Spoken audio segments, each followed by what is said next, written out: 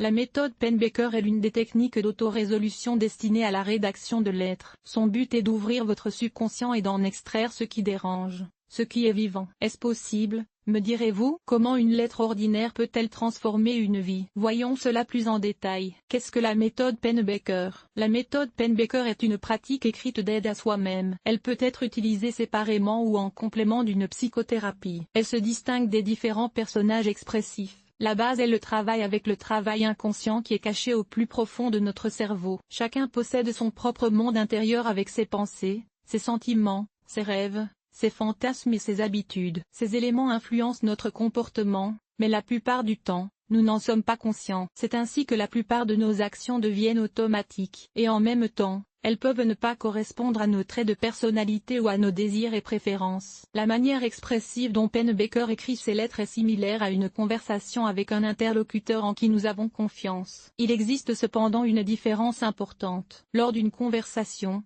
l'hémisphère droit du cerveau est impliqué et responsable de la parole. Lorsqu'on écrit, c'est l'hémisphère gauche qui travaille le plus, et donc la partie du cerveau qui n'est pas réellement impliquée dans la conversation. Les pensées subconscientes sont impliquées à la fois ici et là. En revanche, notre langage est souvent déterminé par des habitudes profondément ancrées. Lorsque nous écrivons, nos mots ne ressemblent pas à des modèles préparés à l'avance. Ce sont des pensées réfléchies, ce que je veux vraiment dire. Histoire de l'émergence des pratiques d'écriture expressive. Le professeur James Pennebaker est un chercheur en psychologie. Il s'est intéressé à la manière dont l'expression des lettres affecte l'état psychologique et physique d'une personne. La méthode d'écriture, nommée Pennebaker, est apparue dans les années 80 du siècle dernier après des études assez intéressantes. Les sujets, et il s'agissait de psychologues, effectuaient un travail intéressant. Pendant 4 jours consécutifs, le public devait venir remplir une carte délivrée en 15 minutes. À la fin de cette période, la carte est placée dans une boîte préparée à son intention. En cas de besoin, elle peut être emportée. Les participants à l'étude ont été répartis en 2 groupes, le groupe témoin et le groupe expérimental. Les premiers devaient décrire des événements de la vie quotidienne, tels que le petit déjeuner, les vêtements, les cours, etc. Les seconds se sont vus confier une tâche plus difficile. En l'espace d'1 heure, ils devaient raconter par écrit l'événement le plus tragique de leur vie. S'il s'agit d'un événement dont ils n'ont jamais parlé à personne, c'est encore mieux. À ce moment-là, ils ne doivent pas penser aux fautes d'orthographe ou autres, car leur tâche principale est de révéler leurs sentiments les plus secrets. Les élèves du groupe expérimental ont été autorisés à décrire un événement par jour ou toujours quelque chose de différent. Il n'était pas nécessaire que l'événement soit tragique. Les professeurs les autorisaient à écrire sur un moment désagréable de leur vie. Pennebaker a compris qu'une telle sincérité pouvait échapper au sujet pendant longtemps. Il leur a donc offert la possibilité d'être soutenus par les services psychologiques d'un membre de la faculté. Bien qu'après la rédaction du texte, de nombreuses personnes se soient senties gâtées,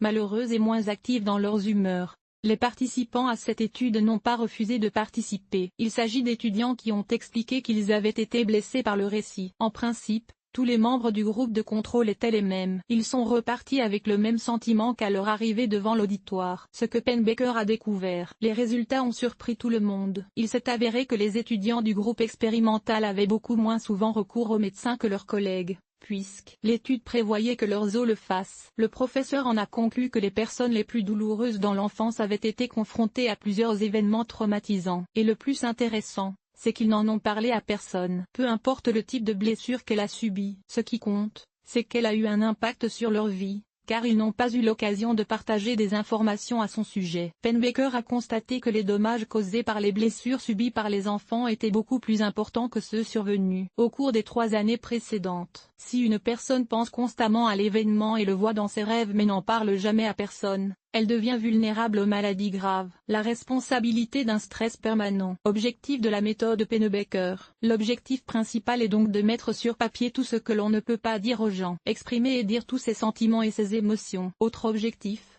réduire le stress. Réduire le stress.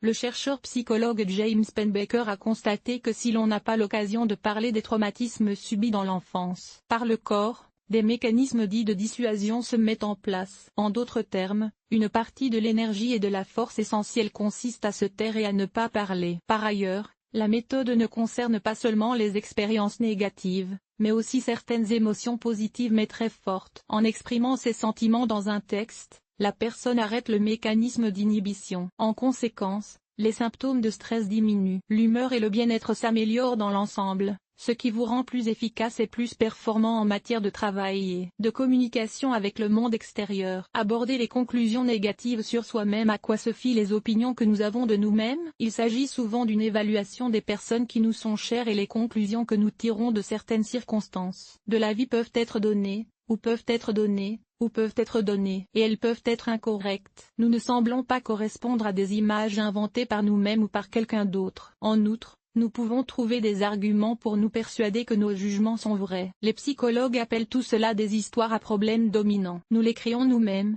nous pensons qu'elles sont vraies et elles dominent. Les problèmes naissent du fait que nous nous empêchons d'aller de l'avant, de réaliser et d'atteindre ce que nous voulons vraiment. Le plus intéressant est que les comportements qui ne correspondent pas à ces idées négatives sont tout simplement passés inaperçus. Les méthodes d'écriture expressive nous aident à trouver des exceptions aux récits problématiques dominants. Il s'agit de comportements que l'on ne pourrait pas adopter si la version des événements survenus était vraie à 100%. Ces exceptions font partie d'un récit alternatif qui montre qu'il est toujours possible d'être comme on le souhaite. Le psychologue appelle cela une préférence. Cela fait partie de la certitude que l'on ne peut pas changer sa vie. Les histoires de problèmes dominants convainquent les gens qu'il est un perdant, une victime de circonstances qu'il ne peut pas aider lui-même. En couchant son âme sur le papier, il détaille cette histoire et se fait une idée de l'auteur de sa vie. Dans son esprit, il comprend qu'il peut encore influencer la séquence des événements, bien qu'il le fasse seul, plutôt qu'à l'échelle mondiale. Comment utiliser l'équipement? Après avoir constaté les résultats positifs de la méthodologie de l'écriture expressive,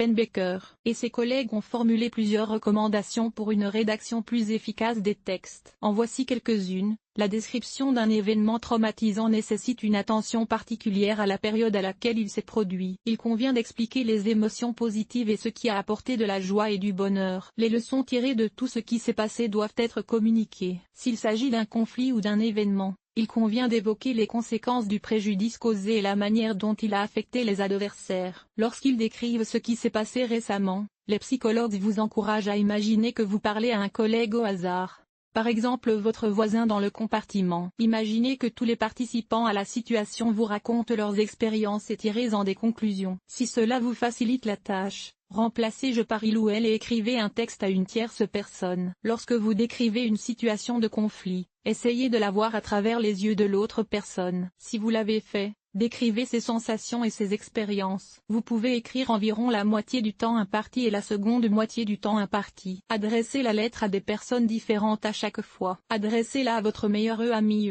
à votre mère ou à votre père. Tu peux aussi t'adresser à toi-même. Et maintenant, les règles. En voici quelques-unes. Ne pas écrire plus d'un tiers du temps. Réglez un minuteur pour une durée maximale de 20 minutes et arrêtez la leçon après ce signal. Si vous avez choisi l'une des options d'écriture ci-dessus et que vous ne réussissez pas, arrêtez-vous et essayez de faire les choses différemment. Dès que vous vous rendez compte que vous ne pouvez plus contrôler vos émotions, arrêtez d'écrire. Auparavant, réfléchissez au niveau auquel vous pouvez augmenter l'intensité de l'expérience. L'objectif de la méthodologie du caractère expressif de Pennebaker est de vous aider, et non d'aggraver la situation. N'oubliez pas que le fait de commencer à écrire sur une blessure peut aggraver votre humeur et votre bien-être général. Si votre état ne change pas au cours de la journée, demandez l'aide d'un psychologue. Si vous subissez un stress important à ce stade, un événement grave s'est produit il y a un mois, ne racontez pas la situation la plus traumatisante de votre vie. Rappelez-vous les bonnes choses qui vous sont arrivées dans un contexte de mauvaises choses. Une autre option consiste à écrire sur l'avenir que vous souhaitez. Si tout est en ordre avec vous, vous pouvez contacter le passé en toute sécurité. Souvenez-vous de la blessure la plus grave et décrivez-la. Plus la méthode est ancienne, plus elle est efficace. Quelqu'un remarquera une amélioration de son état après la première leçon, et quelqu'un devra travailler plus dur. Ne pensez pas qu'il ne se passera rien. Soyez patient.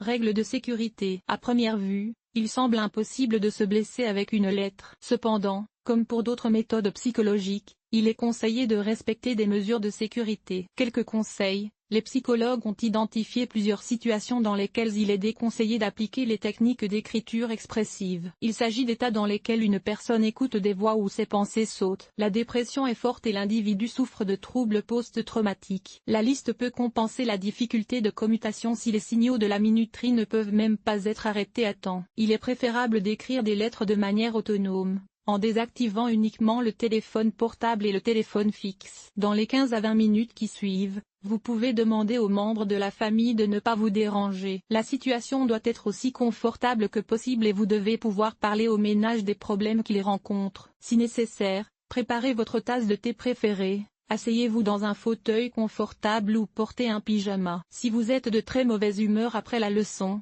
demandez-vous vers qui vous pouvez vous tourner. Il est important que ce soit quelqu'un en qui vous avez confiance. Si possible, dites-lui à l'avance ce que vous avez l'intention de faire. Veillez également à vous aider vous-même si le souvenir entraîne une aggravation de la maladie ou une détérioration du bien-être. N'oubliez pas que vous devez écrire une lettre pour vous-même. Si vous le faites, la censure ne sera pas de mise. Ne vous souciez pas des erreurs, de la cohérence des mots ou des phrases. Mettez-y toute votre âme. Ne violez pas. Oui, l'étude de Pennebaker a été publiée en 4 jours, avec 15 minutes d'occupation par jour. Si vous sentez qu'il est temps d'arrêter, faites-le. Si vous comprenez que les techniques d'écriture expressive ne sont pas ce que vous voulez faire, faites-le aussi. Ne vous levez pas immédiatement après avoir écrit. Asseyez-vous quelques minutes, fermez les yeux et laissez votre respiration s'exprimer. Après vous être levé et avoir marché, faites un léger échauffement pour relâcher la tension des muscles. Vous pouvez prendre une douche, boire de l'eau froide ou aérer la pièce. Tout cela aide à se calmer et à se détendre. Mon expérience.